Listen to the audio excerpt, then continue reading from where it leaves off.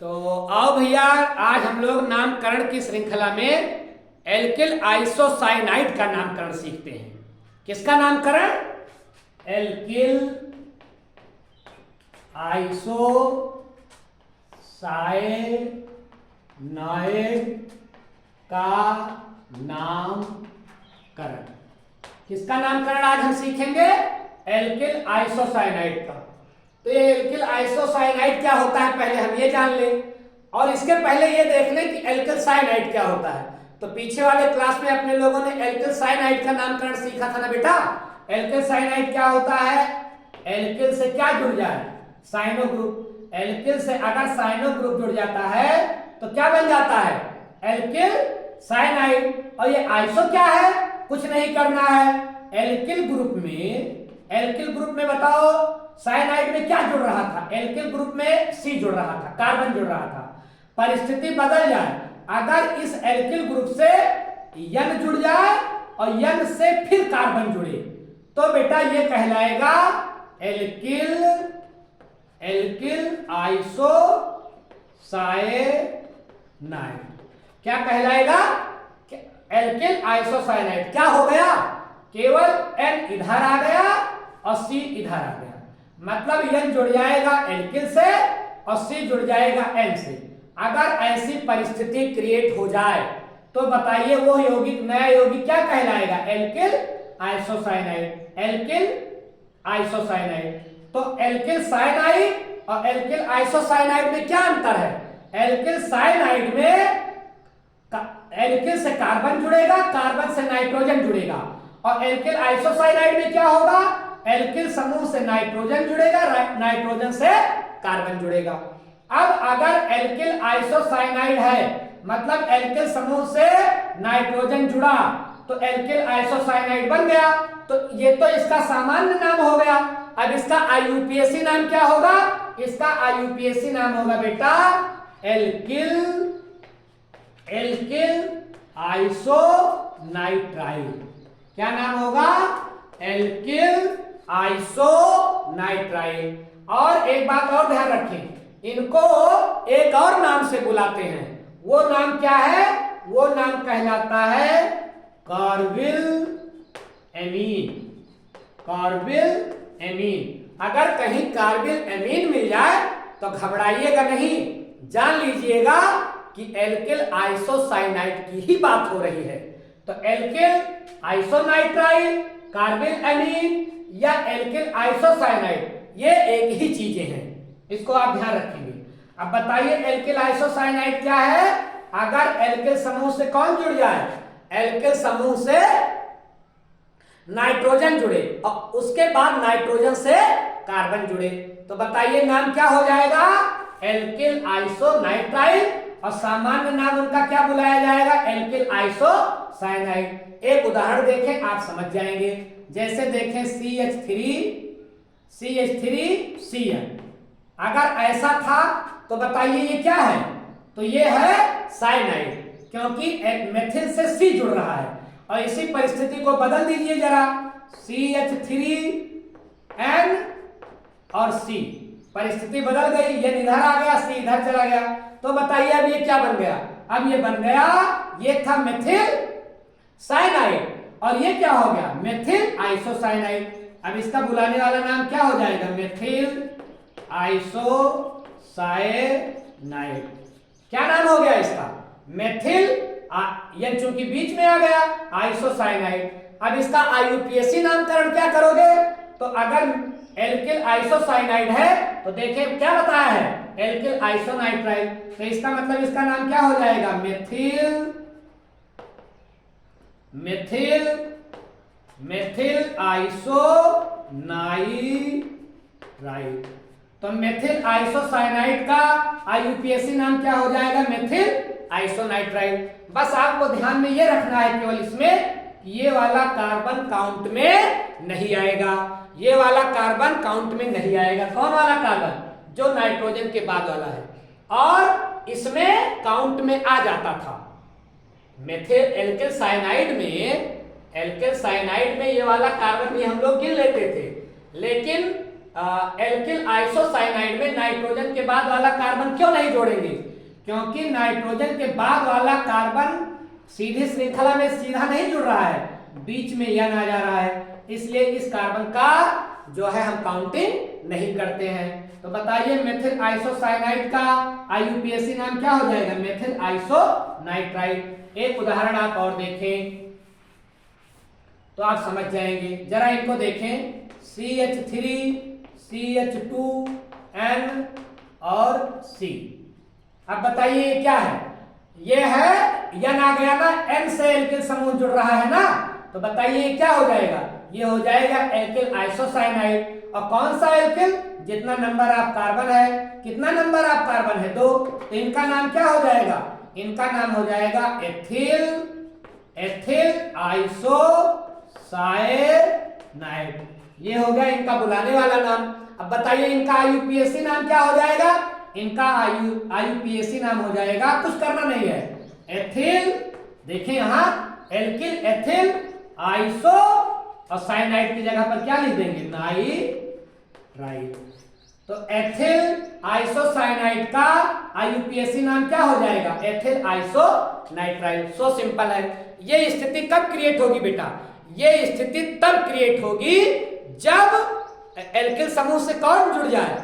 जब एल्किल समूह से जुड़ जाए N और C उस नाइट्रोजन से जुड़े, तब ये हो जाएगा एल्किल आइसोसाइनाइड। और इसको IUPAC में क्या बोलेंगे?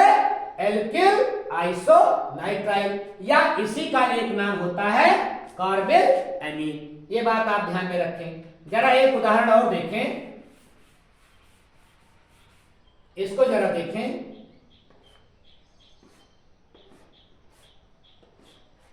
कौन सा यौगिक है ये? साइक्लो है ना, साइक्लो हाइड्रोकार्बन है ना, तो साइक्लो हो गया। और मान लीजिए इसी में जुड़ गया है कौन? इसी में मान लीजिए जुड़ गया है N, और N से जुड़ गया है C। तो बताइए ये तो हो गया साइक्लो, और कितने कार्बन होंगे? 1 2 3 4 5। तो साइक्लो है और कार्बन कितना है? 5। इसका मतलब इसका नाम क्या हो जाएगा? साइक्लो, और 5 कार्बन है तो पेंटिल, साइक्लो पेंटिल। और क्या जुड़ रहा है?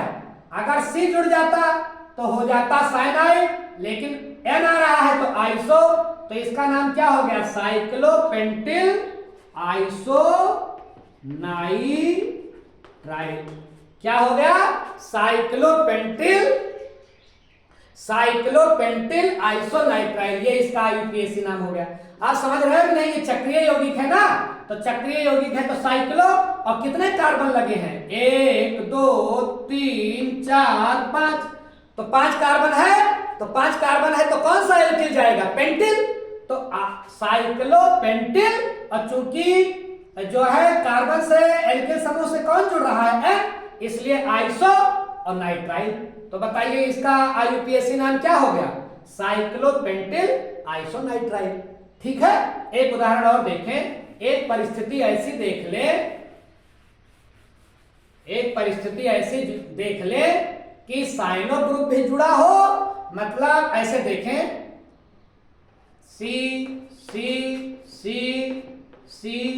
CN, इसको देखें और इधर देखें N और C। ये परिस्थिति जरा आप देखें, मतलब कार्बन से कौन जुड़ रहा है? N, और यहां कार्बन से कौन जुड़ रहा है? N की परिस्थिति यहां ठीक ठाक है ना, मतलब ये हो जाएगा साइनाइड, और ये क्या हो जाएगा? आइसोसाइनाइड। इसको आप समझ पा रहे हैं कि नहीं समझ पा रहे हैं?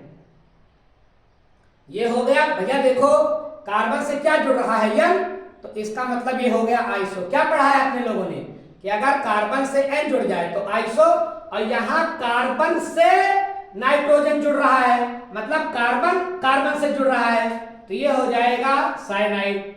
ये क्या हो जाएगा? Cyano group. ये साइनो ग्रुप हो गया, और ये कौन सा ग्रुप हो गया? आइसोसाइनो ग्रुप हो गया। अब ध्यान दें आप लोग, अगर ये आइसोसाइनो भी जुड़ गया और साइनो भी जुड़ गया, अब झंझट खड़ा हो गया। अब बताओ कैसे रखोगे, मतलब पहले किसको कैलकुलेट करोगे। तो ध्यान रखना, पहले बड़े भैया हैं साइनो और छोटे भैया हैं आइसोसाइनो। जब भी आप नामकरण करेंगे तो साइनो को बड़े भैया के तौर पर लेंगे और इनको सीधी श्रृंखला में जोड़ेंगे, और इनको जो है वो सीधी श्रृंखला में इनको कैलकुलेट नहीं करेंगे। तो जरा देखें आप कि अगर ये सीधी श्रृंखला के बाहर हो गए तो बताइए हम कार्बन का कैलकुलेशन किधर से करेंगे, इधर से करेंगे क्योंकि ये बड़े भैया हैं। तो 1 2 3 4, बताइए कितना कार्बन हो गया, कार्बन हो गया 4। और अगर कार्बन 4 हो गया तो याद करें आप पीछे वाले क्लास में क्या बताया था मैंने कि अगर साइनो ग्रुप जुड़ रहा है तो कार्बन की संख्या जितनी आ रही है उतना क्या बनता है, उतना बनता है नाइट्राइल। तो पहली बात तो एन जुड़ रहा है, मतलब ये हो गया बेटा नाइट्राइल। क्या हो गया, नाइट्राइल, पहले ही आप लिख लें। ये आप एल्किल साइनाइड वाले नामकरण को अगर देखें तो आप समझ जाएंगे कि Cn में C से अगर एन जुड़ रहा है तो हो गया नाइट्राइल, और कार्बन ये वाला कैलकुलेट होगा, हाँ होगा। तो 1 2 3 4, तो कितना कार्बन जा रहा है 4, इसलिए नाम क्या हो जाएगा, ब्यूटेन। तो ये हो गया ब्यूटेन नाइट्राइल। ब्यूटेन नाइट्राइल किस आधार पर, एल्किल साइनाइड के नामकरण के आधार पर। अब दिक्कत ये आ गई कि इससे आइसोसाइनो ग्रुप भी जुड़ा है, और देखें कि आइसोसाइनो ग्रुप किस पर जुड़ा है, किस कार्बन पर जुड़ा है। तो 1 2 3 4 चौथे कार्बन पर जुड़ा है ना, तो बताइए इसका नाम क्या हो जाएगा, 4। और ये कौन सा ग्रुप है, साइनो की आइसोसाइनो। साइनो तब होता जब C जुड़ता, और तब तो नाम कुछ और ही हो जाता, लेकिन ये जुड़ रहा है इसलिए 4 आइसो साइनो। 4 क्यों, क्योंकि 4 नंबर पर आइसोसाइनो जुड़ रहा है, तो 4 आइसोसाइनो ब्यूटेन नाइट्राइल। ये परिस्थिति कब होगी, ये परिस्थिति तब होगी जब किसी कार्बन की श्रृंखला में आइसोसाइनो भी जुड़ जाए और साइनो भी जुड़ जाए।